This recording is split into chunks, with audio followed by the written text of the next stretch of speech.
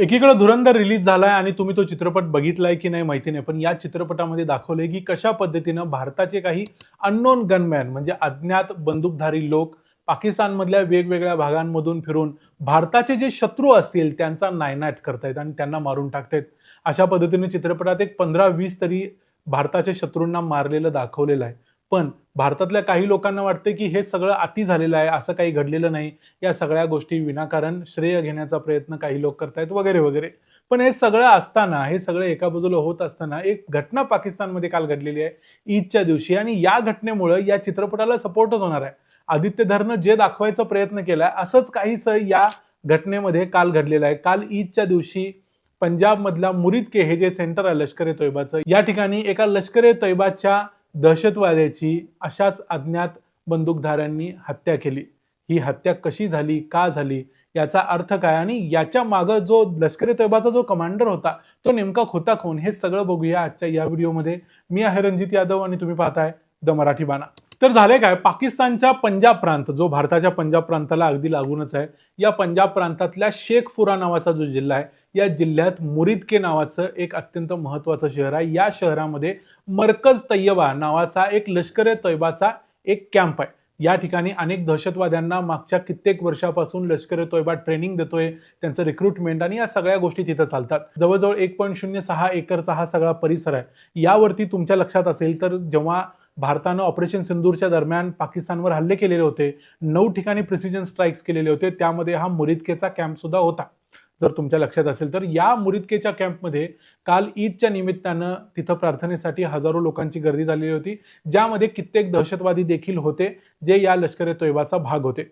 यामध्ये मौलाना अबू झार, अब्दुल रहमान आबिद आणि बिलाल आरिफ सलाफी असे 3 महत्वाचे दहशतवादी देखील आले होते जे लष्कर ए तोयबाचे कमांडर होते.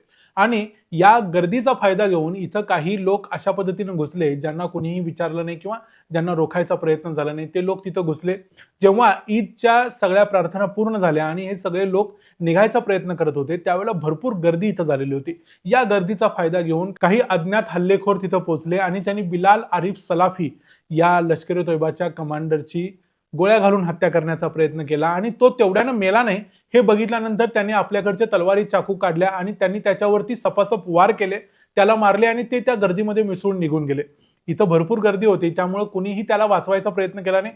प्रत्येकजण आपला जीव वाचवण्यासाठी धडपडत होता. काही लोकांनी याचं शूट केलंय, त्याचे व्हिडिओ देखील सोशल मीडियामध्ये आलेले, पण त्याचं व्हेरिफिकेशन झालेलं नाही. पण ही गोष्ट नक्की आहे की अशा पद्धतीनं त्या बिलाल सलाफीची हत्या मात्र काल झालेली आहे.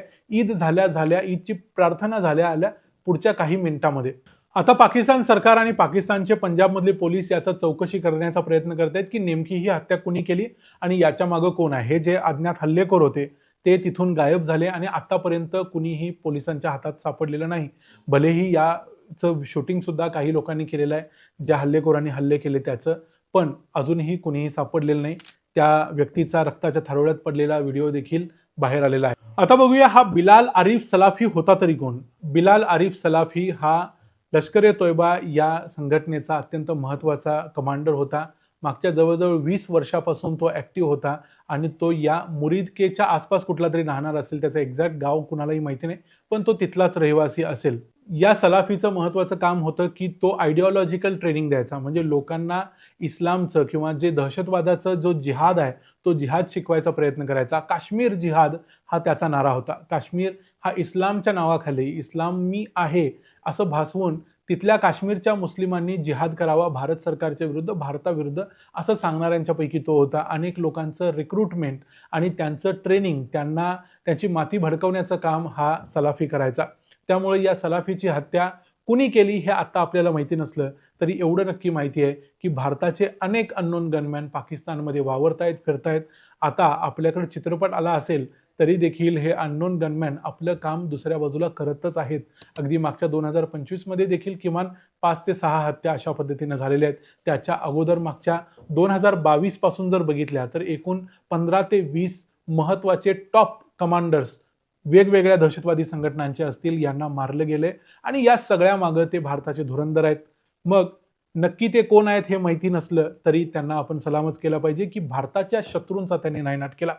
त्यामुळे धुरंधर या चित्रपटाबद्दल शंका घेणं, या चित्रपटाचं चित्रपट म्हणून त्याचं मूल्य किंवा चित्रपटातल्या इतर गोष्टी एक मूवी म्हणून त्याच्याकडे बघा. त्याच्या पलीकडे जाऊन जर त्याच्यामध्ये जो नॅरेटिव्ह दाखवण्याचा प्रयत्न केलाय आणि त्या नॅरेटिव्हला जर तुम्ही चुकीचं दाखवण्याचा प्रयत्न कराल तर तुमचंच जगामध्ये हसं होईल. कारण असे कितीतरी लोक पाकिस्तानमध्ये जाऊन भारताचं काम करतायत. त्यांना सपोर्ट केला पाहिजे, किमान सपोर्ट राहिला बाजूला, किमान त्यांच्याबद्दल 4 चांगल्या गोष्टी आपण बोलल्या पाहिजेत असं आम्हाला वाटतं. या संपूर्ण मुद्द्यावर तुमचं काय मत आहे ते आम्हाला कमेंट्समध्ये जरूर सांगा. व्हिडिओ आवडला असेल तर व्हिडिओला लाईक करा, चॅनलला सबस्क्राईब करा. पुन्हा भेटू पुढच्या व्हिडिओमध्ये. तोपर्यंत पाहत राहा द मराठी बाणा. जय हिंद, जय महाराष्ट्र.